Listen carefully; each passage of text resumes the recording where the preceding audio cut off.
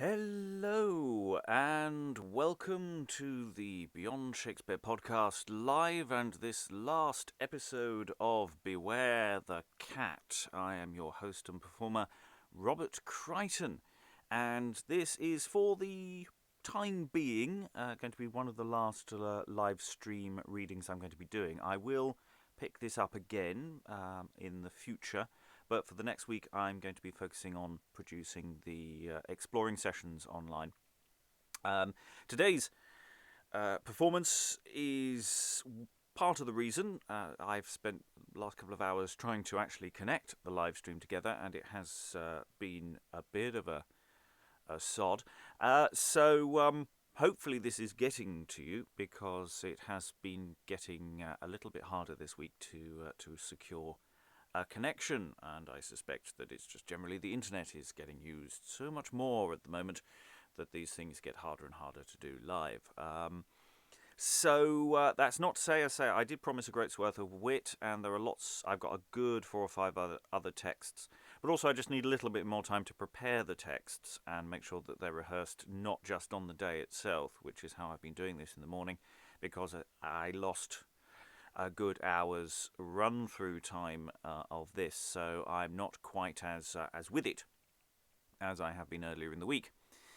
All those points aside, we are into the home straight with Beware the Cat. I think there's probably no point in explaining where we are in any detail, because we're nearly at the end. If you haven't listened, go back to the previous episodes. You can find the audio on our Patreon page or these presentations on YouTube. Broadly speaking, we are in the middle of a conclave of cats. The cats reporting back to their master, and generally telling tales of what humankind have been doing, and various trigger warnings here. The cats are a proxy for Catholics, and so this is very much an anti-Catholic Protestant text written in the mid-16th century. So this is not an ecumenical matter. There is an agenda here, which obviously we these days do not approve of. But it does supply a context for these listeners these spies in the country. That's the paranoia that runs through this text. Additional trigger warning there is, albeit within the cat world, some unpleasant sexual politics, and we're going to be approaching some really quite unpleasant business to do with a sexual assault on cats. So that's something you might not want to listen to. It also goes into some bawdy detail of some other odds and ends in a much less problematic way. But there is material that you might want to skip by. And as we reach the end of this narration, this is what is overheard by Master Streamer. But remember, Master Streamer is telling this story to the person who's actually writing the book, William Baldwin, and that's where I'll pause at the end, just before the final section, as we return to the actual author's detailing. So, we're in the midst of Master Streamer's third oration, where a selection of cats are all sat around telling tales of things that have happened to them out in the country. And we are currently listening to Mouse Slayer, as Mouse Slayer finishes her tale of her dame having tricked an innocent woman, otherwise invincible, bringing her to whoredom. This is some of the things that happened to the cat next. What the cat got up to on its travels. Shortly after this young woman begged me of my dame, and to her I went, and dwelled with her all that year, in which year, as all ye cats in the parish can tell, I never disobeyed or transgressed our holy law, refusing the concupiscential company of any cat, nor the act of generation, although Sometimes it were more painful to me than pleasant, if it were offered in due and convenient time. Indeed, I confess I refused catch rat, and bit him and scrat him, which our law forbiddeth. For on a time this year, when I was great with kittling, which he of a proud stomach refused to help get, although I earnestly wound him thereto, what time beloved so much his own daughter Slickskin, yea, all other seemed vile in his sight, which also esteemed him as much as he did the rest, that is, never a whit. In this time, I say, when I was great with kittling, I found him in a gutter eating of a bat, which he had caught that evening, and, as you know, not only we, but also women in our case, do oft long for many things. So I then longed for a piece of the cur-mouse, and desired him, for saving of my kitten, to give me a morsel, although it were but of the leather-like wing. But he, like an unnatural ravenous churl, ate it all up, and would give me none. And as men do nowadays to their wives, he gives me bitter words, saying, "We longed for wantonness, and not for any need." This grieved me so sore, chiefly for the lack of that I longed for, that I was sick 2 days after, and had it not been for good Dame Isegrim, who brought me a piece of a mouse, and made me believe it was of a back, I had lost my burden by kittening 10 days before my time. When I was recovered and went abroad again about 3 days, this cruel churl met me, and would be doing with me, to whom, when I had made answer according to his desert, and told him withal, which he might see to by my belly, what case I was in. Tush, there was no remedy. I think he had eaten savoury, but for all ye I could say, he would have his will. I, seeing that, and that he would ravish me perforce, I cried out for help as loud as ever I could squeal, and defend myself till succour came. I scrat and bit as hard as ever I could, and this notwithstanding, had not Isegrim and her son Lightfoot come the sooner, who both are here and can witness, he would have marred me quite.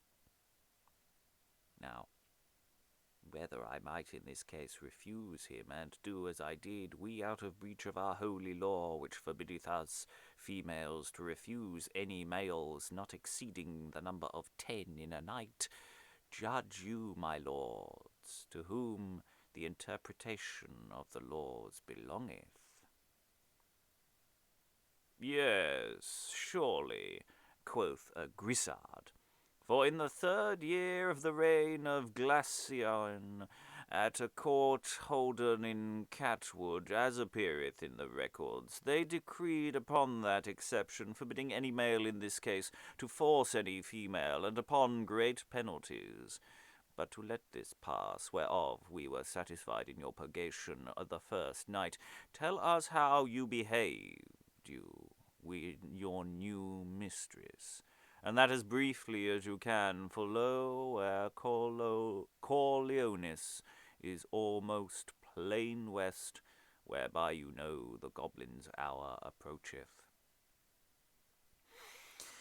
After I was come to my young mistress, quoth Mouseslayer, she made much of me, thinking I had been mine old dame's daughter, and many tales she told thereof to her gossips. My master also made much of me, because I would take meat in my foot, and therewith put it into my mouth and seed.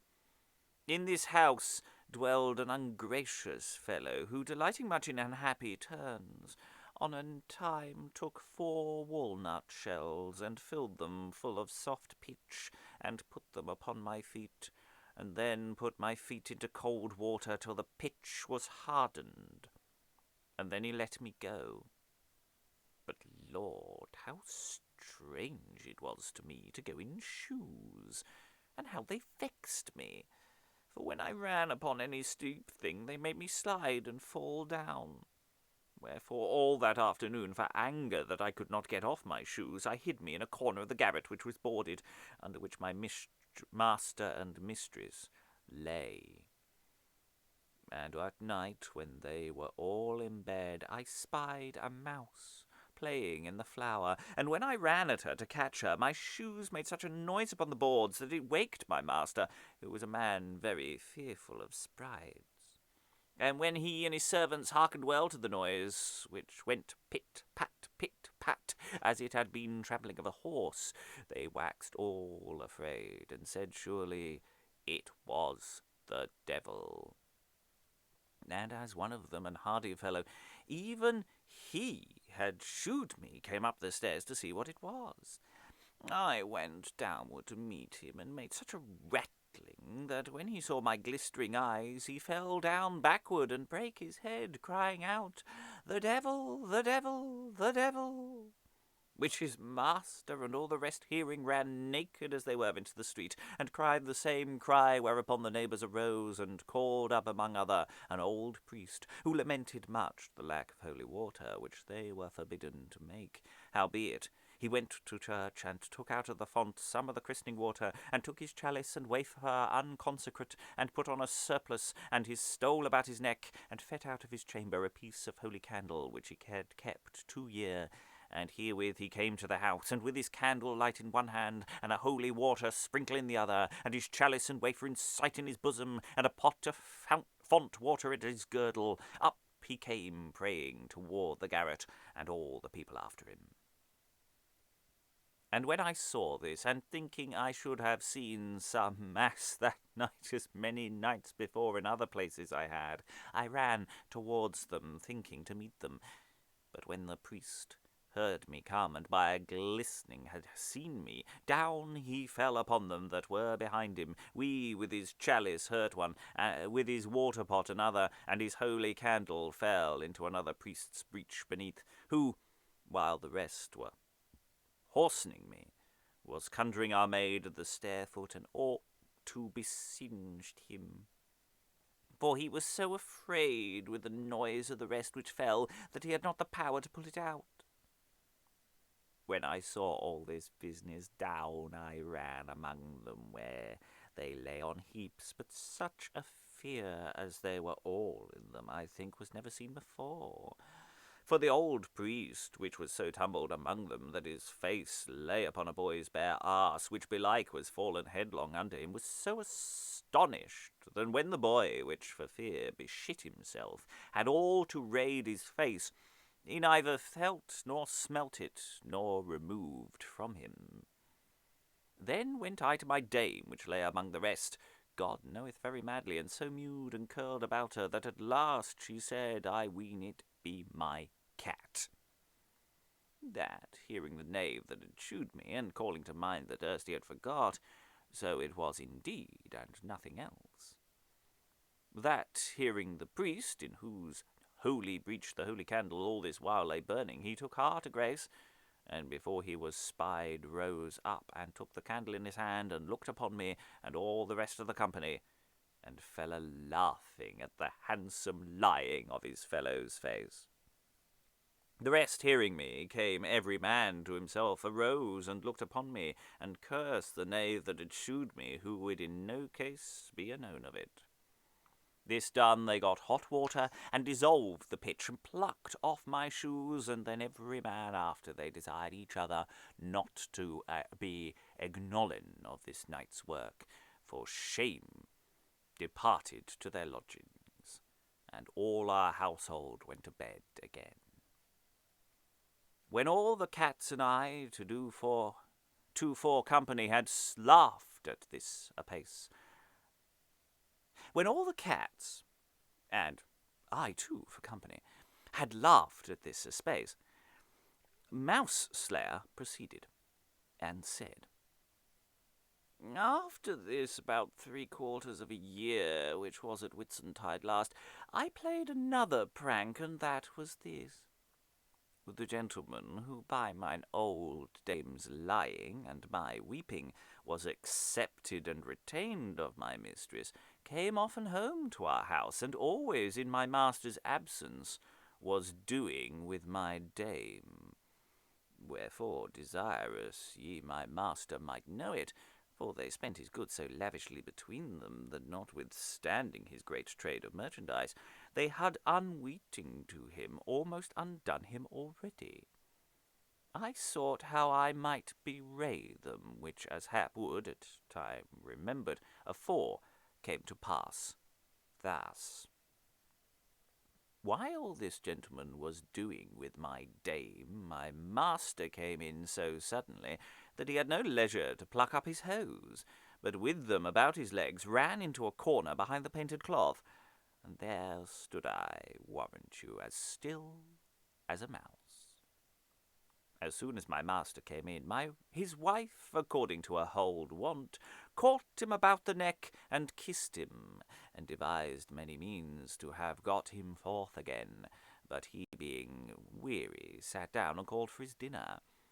And when she saw there was none other remedy, she brought it him, which was a mess of pottage and a piece of beef, whereas she and her Frenyon had broke their fast with capons, hot venison, marrowbones, and all other kind of dainties.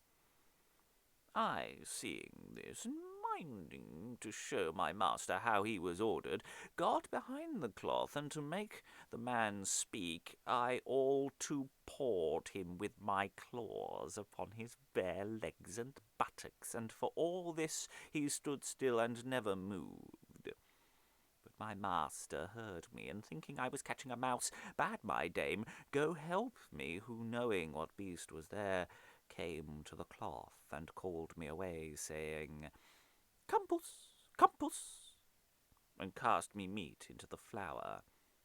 But I, minding another thing, and seeing that scratching could not move him, suddenly I leapt up, and caught him by the genitals with my teeth, and bit so hard that when he had restrained more than I thought any man could, at last he cried out, and caught me by the neck, and thinking to have strangled me.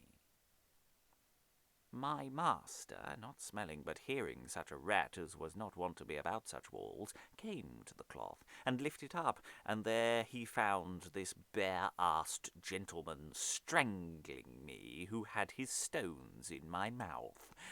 And when I saw my master, I let go my hold, and the gentleman his, and away I ran immediately to the place where now I dwell, and never came there since, so that how they agreed among them I cannot tell, nor never durst go see for fear of all my life. Thus have I told you, my good lords, all things that have been done and happened through me, wherein you perceive my loyalty and obedience to all good laws, and how shamelessly and falsely I am accused for a transgressor. And I pray you, as you have perceived, to certify my liege, great Camelot, whose life doth hagget and heg preserve of my behaviour. When Grissard, Isegrim, and Poilnoa, and the commissioners had heard this declamation and the request of Mouse-Slayer, they praised her much.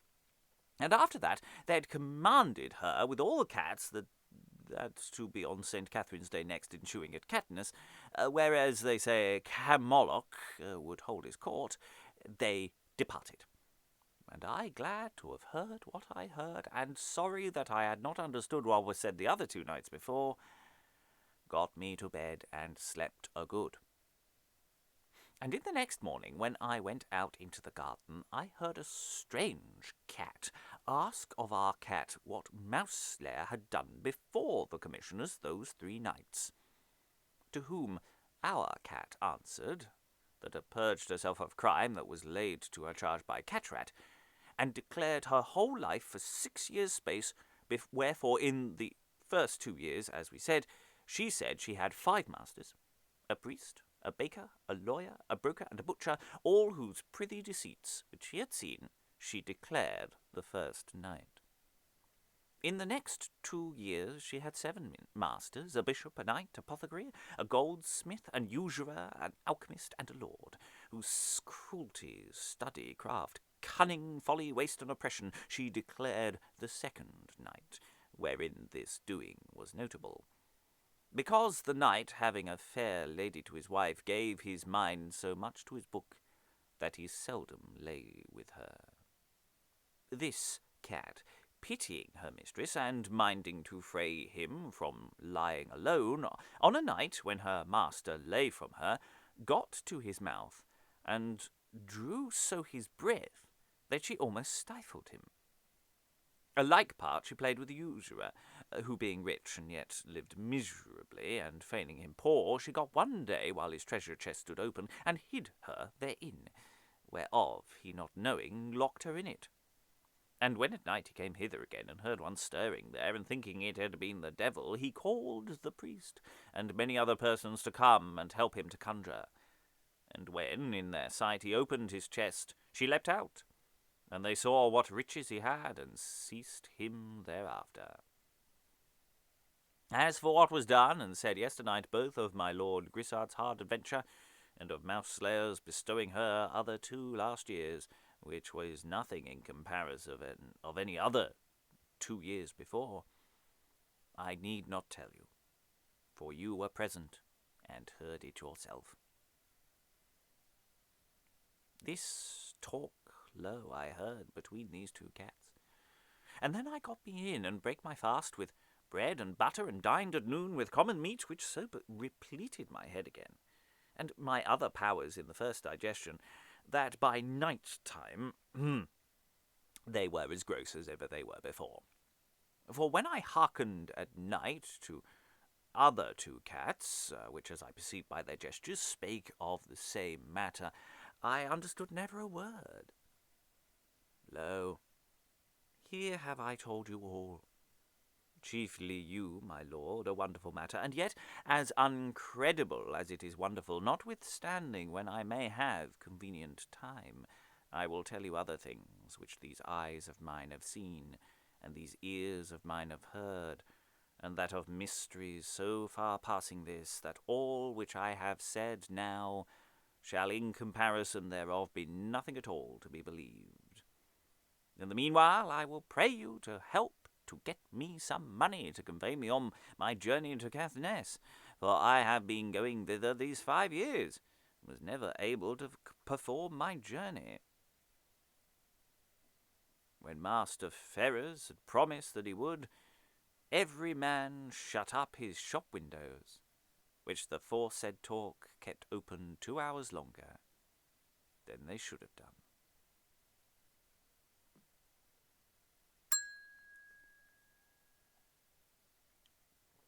And thus ends the third oration.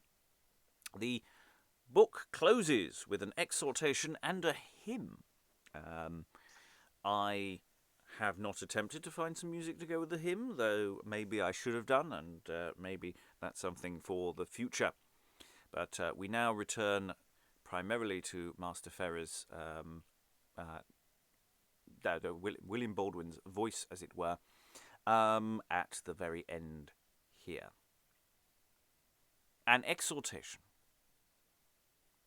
I knew these things will seem marvellous to many men, that cats should understand and speak, have a governor among themselves, and be obedient to their laws, and were it not for the approved authority of the exatical author of whom I heard it, I should myself be as doubtful as they. But seeing I know the place and the persons with whom he talked of these matters, before he experimented his wonderful and strange confections, I am the less doubtful of any truth therein. Wherefore, seeing he hath in his oration proved that cats do understand us and mark our secret doings, and so declare them among themselves, that through help of the medicines by him described, any man, as he did, understand them, I would counsel all men to take heed of wickedness, and eschew secret sins and privy mischievous counsels, lest to their shame all the world at length do know thereof. But if any man for doubt hereof do put away his cat, then shall his so doing testify his secret naughty living, he is a more ashamed his cat should see than God and his angels we see mark and behold all men's closest things. And that we may take profit by this declaration of Master Streamer, let us so live both openly and privily, that neither of our cat, admitted to all secrets, be able to declare aught of us to the world, save that what is laudable and honest. Nor the devil's cat, which will we, or nill we, seeth and writeth all our ill doings, have aught to lay against us afore the face of God, who not only with shame, but we everlasting torment, will punish all sin and wickedness. And ever, when you goest about anything, call to mind this proverb: Beware the cat, not to tie up thy cat till thou have done, but to see ye neither thine own nor the devil's cat, which cannot be tied up, find anything therein, wherefore to accuse thee to any shame. Thus doing, thou canst not do amiss, but shalt have such good report through thy cat's declaration, that thou shalt in recompense of Master Streamer's labour, who giveth this warning, sing unto God this hymn of his making. Who givest wit to whales, to apes, to owls, and kindly speech to fish, to flesh, to fowls, and spirit to men in body and soul clean, to mark and know what other creatures mean, which hast given grace to Gregory no pope, no king, no lord, whose treasures are their hope, but sinly priest, which like a streamer waves in ghostly good, despised of foolish knaves, which hast, I say, given grace to him to know the course of things above and here below, with skill so great in languages and tongues as never breathed from Mithridates' lungs, to whom the hunter of birds, of mice and rats, did speak as plain as cat that thrunneth hats, by mean of whom is openly bewrayed such things as closely were done and said. To him grant, Lord, with healthy wealth and rest, long life to unload to us his learned breast, with fame so great to overlive his grave, as none I erst nor any after have. And thus it was imprinted in the 1580s, in the edition that we're working from here. Thus ends Beware the Cat. And thank you if you have joined this live stream or you're listening in the future. I'm Robert Crighton of the Beyond Shakespeare podcast, and I produce at least one, sometimes two episodes a week of the podcast, or I do under normal circumstances. At the moment, I'm mostly doing online exploring sessions where we sit down and read through a play to mostly get out of our own heads and our own houses and connect with people. And in many ways it's much more therapy than it is about actually actively trying to plan ahead anymore. I don't know where things will go.